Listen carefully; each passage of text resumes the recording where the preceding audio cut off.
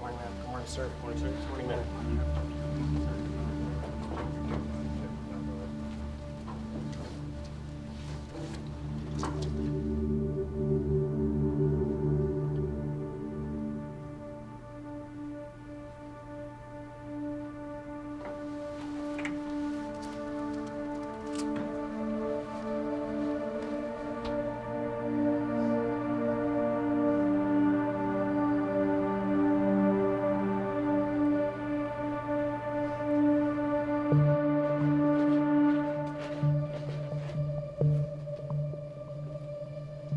Use your ears and your mind to process the information I'm going to give you and accomplish a task as a team. Do you understand? Yes, sir. Do you understand? Yes, sir.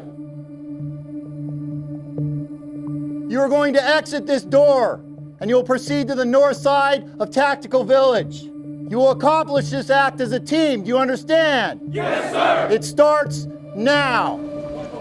You better move quicker than that. Let's go. Let's go. Let's move. We don't walk here. We don't walk here. 1, 2. Don't anticipate! First time I had an interaction with a police officer was in middle school with the school's resource officer. She was new to the school at the time, so she was going around meeting all the different students and just saying, hey, how's it going? I grew up in a rough area. We had a lot of disturbances in our neighborhood, so we had interactions with police officers all the time. The first time that I can remember, I was riding my bike to school and a police officer pulled me over for having earphones in my ear and not wearing a helmet. He just kind of talked to me. He didn't like write me a ticket or anything like that, which I thought was pretty cool. He just kind of talked to me, and now every time that I ride a bike, I wear a helmet. I think that sometimes people believe that police officers are to be robots, but we're human beings. They show up here and we want them to have their personality. We'll add discipline and professionalism and poise and we'll extract that from them. But just the human aspect of this job, the ability to look at another human being and have a conversation as two humans, that's stressed here as well. Hi, Bob. How's it going? I'm Officer Cato with the Sacramento Police Department. How you doing? I always knew I wanted to do something where I could interact with people and help people, and I did a summer law enforcement academy during high school to get college and high school credits, and it was taught by a retired police officer, and she was telling us about her different experiences that she had, and from that moment on I was like, I think law enforcement is for me. Over the course of the 24-week-long academy, we were given rare access to film during the recruits' more than 900 hours of training. The position of attention. I will start with your feet. Look down, ensure your toes are even and your heels are together. Probably is easy to look from the outside, never been in an experience like this, and say, well, you're yelling for no reason, but there is a reason.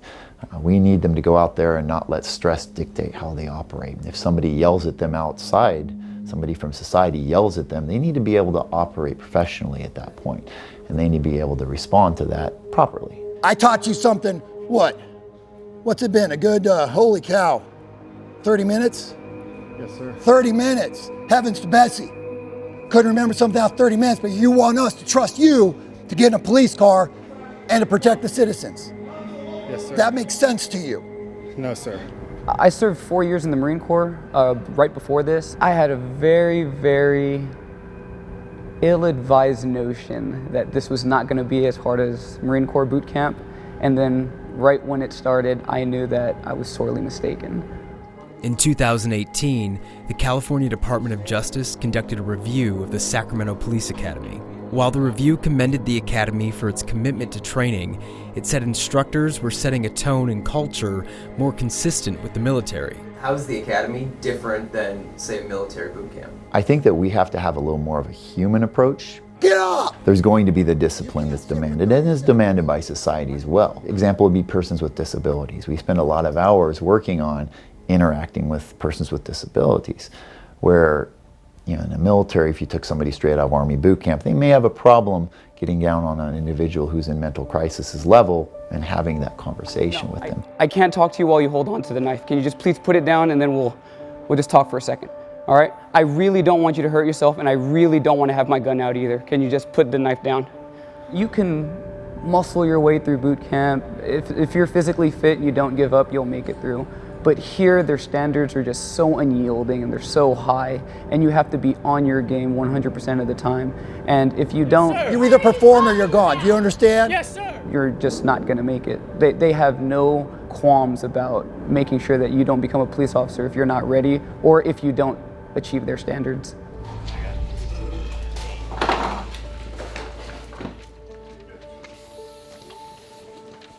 I want one hole with 4 bullets through it. You understand? Yes, sir. So 1 round, pause. The next 3 rounds through that hole. Shooters ready? Stand by. Fire. In addition to 160 hours of firearms training, recruits are required to take classes on subjects ranging from elder abuse to racial and cultural diversity. It is very time consuming. Even on our days off, we're spending a lot of time practicing, studying, preparing for the following week. So we are missing out on a lot of time with our family and friends. So that has been tough. Just have to remember that it's a 6-month process, and then you get some of that stuff back. So you just have to remember that, remember why you're doing this, why you're here, and that gets you through it.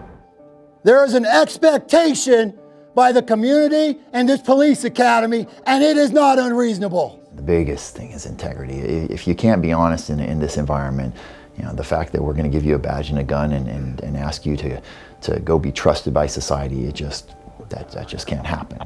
Bob, put the knife down. Don't do it. So I realized that I physically am not as equal to the men, but I still push just as hard as they do because you have to in this career. Whether you're female or male, you gotta have all of it. You gotta put it all in there and just be ready to do what you have to, regardless of what you look like. 19% of Sacramento police officers are women, slightly higher than the national average. 28% of officers identify as non-white, also above the national average. But those are numbers Berlinda Cato hopes to change. It's kind of like a basketball game. If you want to change the score, you can't do it from the bench. You have to be one of the 5 on the court. You have to be in the game. If we want to make a change in law enforcement, my mom always taught us if you want something done, just do it yourself. I want to be the police officer where people would genuinely like or want to see. I think actions speak louder than words. I'm not going to go out there and try to win anybody over by getting in arguments with them about why what we're doing is right or why they think we're wrong. I'm going to go out there and I'm going to be respectful of everybody I encounter, get to know the members of the community, and you just build trust one person at a time or one action at a time.